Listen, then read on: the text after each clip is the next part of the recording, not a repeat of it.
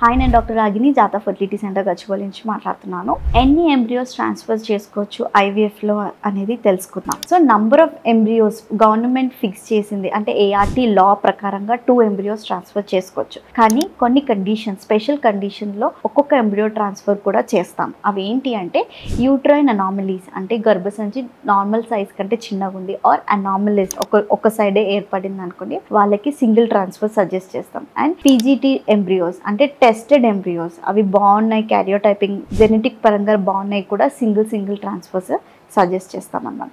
ఎవరికి more than 2 embryos transfer చేస్తాం, వాళ్ళకి ఎవరు అంటే advanced age with failed IVF, చాలా failed IVF, recurrent implantation failure ఉన్న వాళ్ళకి, ఆర్ రికరెంట్ ప్రెగ్నెన్సీ లాస్ ఉన్న వాళ్ళకి కొంచెం మనము చూసుకొని 3 వరకు ట్రాన్స్ఫర్ చేసుకోవచ్చు. కానీ close follow up through out the pregnancy అనేది చాలా ముఖ్యం.